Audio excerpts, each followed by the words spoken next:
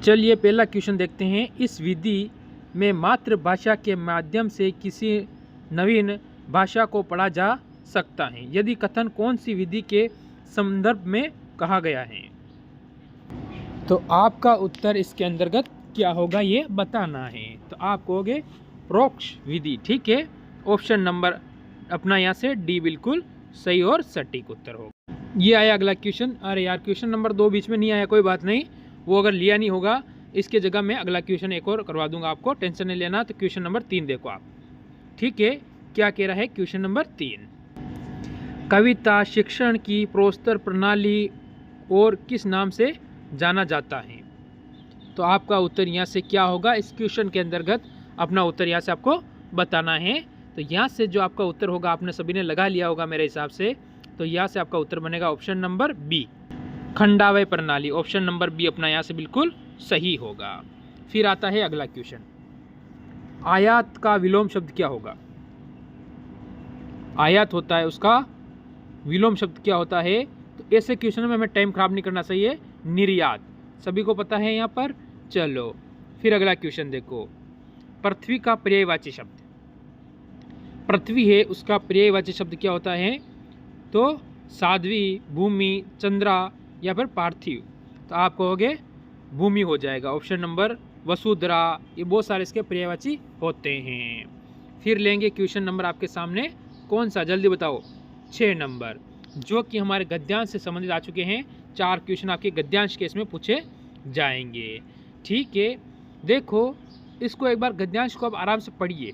जितना गद्यांश को आराम से पढ़ोगे उतने ही चारों क्वेश्चन आप एकदम सही कर पाओगे। देखो गद्यांश हमें क्या कह रहा है? आज के अनेक भाषाओं में अनेक समाचार पत्र बाजार में उपलब्ध हैं।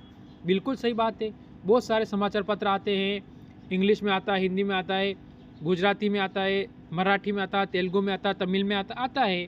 ठीक है, मनुष्य की, ठीक है, तो यहाँ पर क्या आएगा? खाली स्थान पर ये आपको बताना है। मनुष्य की क्या हो जाएगा? तो आपका जो बनेगा स्वभावगत, यानी ऑप्शन नंबर बी हो जाएगा। विशेषता उसका, यानी अगले क्वेश्चन पे चलना पड़ेगा। उसका क्या होगा यहाँ पर खाली स्थान पे? जिज्ञासु। ठीक है, जिज्ञासु होना, किसी चीज़ के प्रति जिज्ञासु होना। रात्रि में वह चैन की नींद सोकर प्रातः काल उठता है, तो शीघ्र ही वो अपने क्या आसपास के वातावरण के बारे में जानने का। जैसे नाइट पर आप सोए हो और सुबह पहले उठोगे, ठीक है, जैसे ही मॉर्निंग में आप उठते ही क्या करते हो? अपने आसपास के वातावरण, जैसे हमारे पड़ोस में क्या हुआ है, कहाँ पर हमारे आस पड़ोस में, अपने देश में क्या हुआ, उसकी जानकारी किससे मिलेगी? आपको समाचार पत्र से मिलेगी। तो क्या करते हैं? वातावरण के बारे में जानने का प्रयास करते हैं, यानी उसके बारे में जानकारी लेने का यहाँ पर क्या आएगा? प्रयास आ जाएगा। ऑप्शन नंबर आपका यहाँ से ए बिल्कुल इसमें सही होगा। ठीक, प्रयास करते हो, फिर क्या करोगे? ठीक है, प्रयास करते हैं। चाय की क्या लेते हो? कपड़ों के तो लेते हैं, टुकड़े लेते नहीं हो, तो चुस्कियाँ लेते हो। चाय की क्या लेते हो? चुस्कियाँ के साथ साथ देश विदेश की खबरों को जानने के लिए वह समाचार पत्र का सहारा लेता है। यानी आप देश और विदेश की जानकारी पाने के लिए किसका सहारा लेते हो? उस समय आप समाचार पत्र का सहारा लेते हो, जिससे कि आपको देश और विदेश की जानकारी मिल सके। फिर आता है हमारा 10 नंबर क्वेश्चन। क्या कह रहा है देख लीजिए। सीमा सुरक्षा बल के जवानों ने जवानी कार्रवाई करते हुए अनेक उग्रवादियों को मार गिराया। ठीक है, तो आपका यहाँ पर क्या होगा? प्रतिघात। ठीक है, यहाँ पर आपका हो जाएगा प्रतिघात करते हुए। ठीक है, उन्होंने अपने पर घात किया, हमने प्रतिघात किया, और फिर क्या किया? उनको, उग्रवादी को मार गिराया। तो आप अपना ऑप्शन यहाँ से बी बिल्कुल सही करोगे। फिर लेता हूँ मैं आपके सामने अगला क्वेश्चन नंबर 11। एक बार जय हिंद लिख के भेजेंगे और वीडियो को लाइक करेंगे। अगर अच्छा लगता है तो लाइक कर देना और अपने दोस्तों तक जरूर पहुँचाना, उनको भी कुछ मदद मिल सके। देखो, परीक्षा में सफलता के लिए दृढ़ निश्चय करना आवश्यक है। इसका अर्थ क्या होता है वो बताना। दृढ़ निष्कर्ष करना कि हमें सिलेक्शन लेना है, यानी यहाँ पर क्या होगा? कमर कसना। अब मेरे को सिलेक्शन लेना है, कमर तोड़ना नहीं होता है, कमर टूटना नहीं होता है, कमर सीधी करना नहीं होता है, तो कमर कसना। ऐसे आप ऑप्शन काट के भी सवाल आसानी से सही कर सकते हो, और वही चीज़ मैं आपको सिखाता हूँ। ठीक है, फिर देखो क्वेश्चन नंबर 12 क्या कहता है। सभी को समभाव से देखना महापुरुषों का स्वभाव होता है। सभी को समभाव से, सभी को आदर से देखना, कि सभी को एक आंख से देखना। आप ये कैसे हो, सभी को समान देखना, यानी सभी को एक आंख से देखना, सभी को बराबर समझना।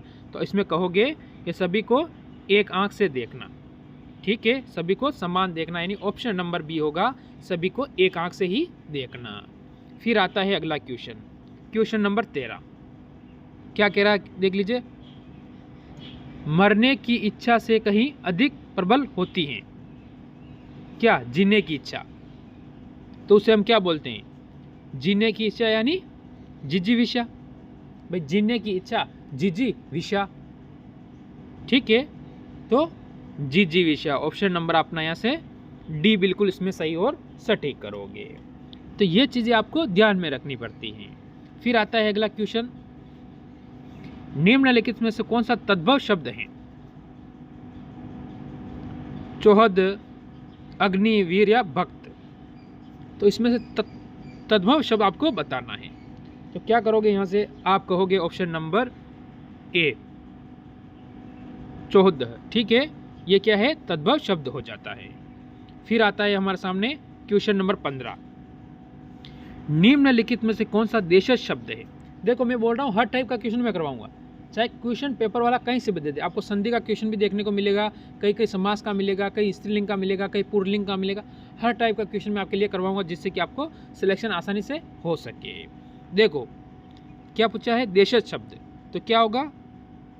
फुनगी, ठीक है, ऑप्शन नंबर आपका यहाँ से सी बिल्कुल सही और सटीक उत्तर होगा।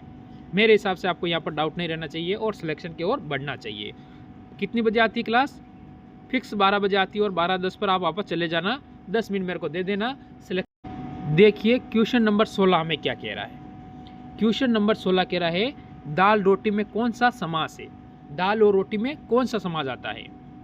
ठीक है, आप कहोगे द्वंद्व समाज आता है, समाज आता है, यानी ऑप्शन नंबर बी आपका यहाँ से समास बिल्कुल सही हो जाएगा। ठीक है, यहाँ से आपका question number option number B होता है। क्वेश्चन नंबर 17 अपने सामने आया है, तो इसका उत्तर हमको देना है। आविर्भाव का विलोमार्थक शब्द क्या होगा? ठीक है, तो इसका क्या होगा? जल्दी, इसका विलोम शब्द बताना है आपको, क्या होगा? जल्दी से। तो यहाँ से आपका उत्तर होगा तिरोभाव, ऑप्शन नंबर यहाँ से सी बिल्कुल सही हो जाएगा, यानी ये इसका क्या हो जाता है? हमेशा विलोम शब्द रहता है। फिर आता है अगला क्वेश्चन, देखो क्या कह रहा है, जो दायरे मुकदमे का बचाव करे या काट करे उसके लिए हिंदी शब्द क्या होगा? तो प्रतिवादी, प्रतिवादी, यानी ऑप्शन नंबर आपका यहाँ से डी वाला इसमें अपना एकदम सही और सटीक उत्तर आप बताओगे। डाउट नहीं रखना है, मैं कई बार बोल चुका हूँ, doubt doubt doubt doubt doubt अपने दिमाग में होना भी नहीं चाहिए। ठीक, फिर आता है ये क्वेश्चन, इनमें से कौन सा उनार्थक शब्द है? कौन सा? आप क्या कहोगे? लंगोटी, लंगोटी, ऑप्शन नंबर ए अपना यहाँ से बिल्कुल सही हो जाएगा। ठीक, ये आपको ध्यान रखना है।